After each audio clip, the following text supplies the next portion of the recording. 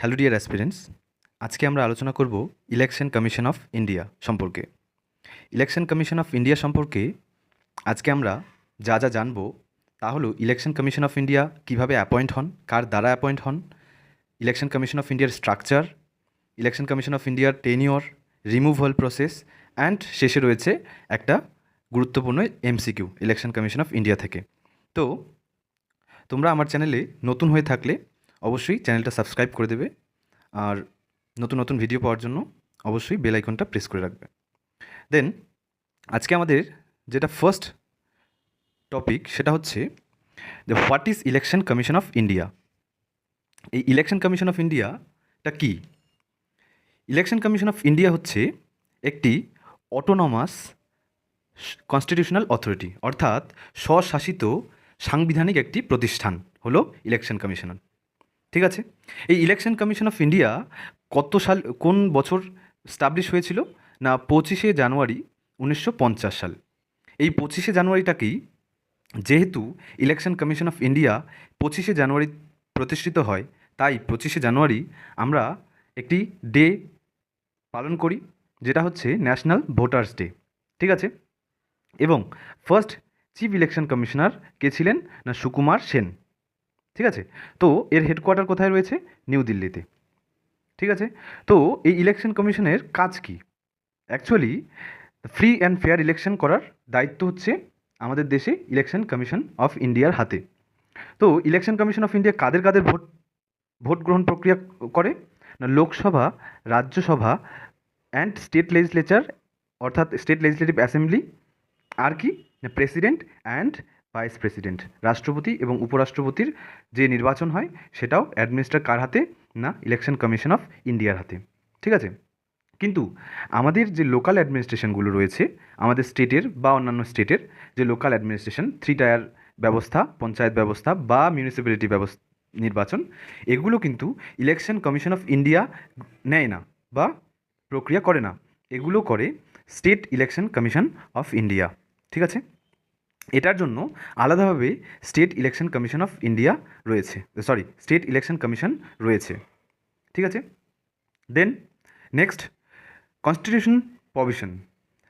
Election commission of ইন্ডিয়ার constitutional provision, অর্থাৎ যেহেতু ইলেকশন কমিশন অফ ইন্ডিয়াকে আমরা কি বললাম? কনস্টিটিউশনাল একটা বডি। ঠিক আছে, তো কনস্টিটিউশনে যেটা উল্লেখ থাকে, যেই সংস্থার কথা উল্লেখ রয়েছে সেটাই কনস্টিটিউশনাল বডি। তো তাহলে কত নাম্বার আর্টিকেলে রয়েছে এই ইলেকশন কমিশন অফ ইন্ডিয়া সম্পর্কে এবং কোন পার্টে রয়েছে? তো দেখো, ইলেকশন কমিশন অফ ইন্ডিয়ার কনস্টিটিউশনাল প্রভিশন হলো পার্ট 5, পার্ট 15। পার্ট 15-এ রয়েছে আর্টিকেল 324 থেকে 329। ঠিক আছে, আর্টিকেল 324 থেকে 329 কার কথা উল্লেখ আছে? না, election commission of India. Article 324-এ বলা রয়েছে যে আমাদের দেশে ইলেকশনকে ফ্রি অ্যান্ড ফেয়ার ইলেকশন কার হাতে ন্যস্ত করা হয়েছে? না, election commission of India. Superintendence, direction and control of the election to the vested in an election commission of India. Article 325-এ কী বলা আছে? দেখো, no person to be ineligible for inclusion in or to claim to be included in a special electoral roll on ground of religion, race, caste or sex. অর্থাৎ কোনো মানুষকে জাতি, ধর্ম, বর্ণ নির্বিশেষে কাউকেই কিন্তু কী করা যাবে না? কাউকেই বৈষম্যমূলক আচরণ করা যাবে না, অর্থাৎ কাউকেই ভোটাধিকার থেকে বঞ্চিত করা যাবে না। ঠিক আছে, আর্টিকেল 326-এ বলা রয়েছে যে election to the House of the People and to the legislative assemblies of state to be based on adult suffrage. অর্থাৎ আমাদের অ্যাডাল্ট সাফ্রেজের উপর ভিত্তি করে আমাদের ভারতবর্ষে নির্বাচন হয়। ঠিক আছে, আগে 21 বছর বয়স হলে ভোটাধিকার প্রয়োগ করা যেত, কিন্তু সংবিধানে 61st অর্থাৎ 61তম সংবিধান সংশোধনের মাধ্যমে, 61তম সংবিধান সংশোধন কবে হয়? না, 1989, 1989 সালে 61তম সংবিধান সংশোধনের মাধ্যমে এই 21 বছরটাকে 18 বছর করা হয়। ঠিক আছে, তাহলে সংবিধানের 326 নম্বর ধারা বোঝা গেল। 327 নম্বর ধারায় বলা রয়েছে পার্লামেন্ট ল বানাতে পারে ইলেকশন সম্পর্কে। 328 নম্বর ধরা বলা আছে power of legislature of a state লেজিসলেচারও কিন্তু স্টেট লেজিসলেচারের ইলেকশনের জন্য কি করতে পারে না তারা আইন করতে পারে, আইন বানাতে পারে। তারপর দেখো, তারপর next structure, election commission of ইন্ডিয়ার structure. Originally the commission had only one election commissioner. প্রথমে কি ছিল? প্রথমে ছিল যে একজন মেম্বার, একজন চিফ ইলেকশন কমিশনার দিয়েই ইলেকশন কমিশন অফ ইন্ডিয়া চলবে। কিন্তু 1989 সেই 61st অ্যামেন্ডমেন্ট অ্যাক্টের মধ্য দিয়েই কি হলো না এটাকে মাল্টি মেম্বার বডি করা হলো। ঠিক আছে, অ্যাট প্রেজেন্ট সেই একজন চিফ ইলেকশন কমিশনার থাকবে এবং দুজন ইলেকশন কমিশনার। এরপর দেখো appointment and tenure of commissioner. The president appoint, তাহলে চিফ ইলেকশন কমিশন অফ ইন্ডিয়াকে অ্যাপয়েন্ট কে করে না প্রেসিডেন্ট অফ ইন্ডিয়া। কে করে? President of India. ঠিক আছে, এবং election commissioner as per the CEC and other ECS.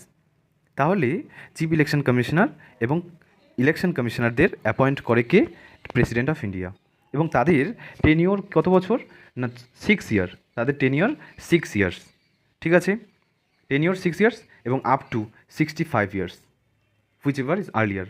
ঠিক আছে, তারা 65 বছর বয়স অবসরকাল। ঠিক আছে, এবং তাদের টেনিওর হচ্ছে 6 ইয়ার্স। তাদের স্যালারি কোথা থেকে আসে না তাদের salary consolidated fund of India থেকে আসে। ঠিক আছে, এবং স্যালারি কার সমান হয় না সুপ্রিম কোর্টের জাজের সমান ইলেকশন কমিশন অফ ইন্ডিয়ার কী হয়? স্যালারি হয়। ঠিক আছে, নেক্সট রিমুভাল প্রসেস দেখো, তারা কি করতে পারে না নিজে থেকেই রিজাইন দিতে পারে। ঠিক আছে, এক্সপায়ারি হওয়ার আগে নিজে থেকে রিজাইন দিতে পারে এবং তাদের রিমুভ করার পদ্ধতি হচ্ছে যেভাবে সুপ্রিম কোর্টের জাজকে রিমুভাল করা যায়, অর্থাৎ পার্লামেন্টে বিল এনে, সেভাবেই কিন্তু ইলেকশন কমিশন অফ ইন্ডিয়ারও কী করতে হয় না বিল এনে পার্লামেন্টে রিমুভাল প্রসেসটা এগিয়ে নিয়ে যেতে হয়। ঠিক আছে, তারপর দেখো আমাদের আজকের কোয়েশ্চেন আমি বলেছিলাম কোয়েশ্চেন থাকবে একটা। কোয়েশ্চেনটা দেখো, এটা কিন্তু 2017 সালের ইউপিএসসি প্রিলিমসে এই কোয়েশ্চেনটা এসেছিল। তো কোয়েশ্চেনটা দেখো, দ্য ইলেকশন কয়েকটা স্টেটমেন্ট দিয়েছে, 3টে স্টেটমেন্ট দিয়েছে, কোনটা কারেক্ট? দেখো 1 number, the election commission of India is a 5 member body. এটা একদমই কিন্তু ভুল, এটা কিন্তু একদমই ভুল। এখন বর্তমানে the election commission of India কতজনের বডি না 3 জনের বডি। একজন চিফ ইলেকশন কমিশনার এবং বাকি দুজন কিন্তু ইলেকশন কমিশনার।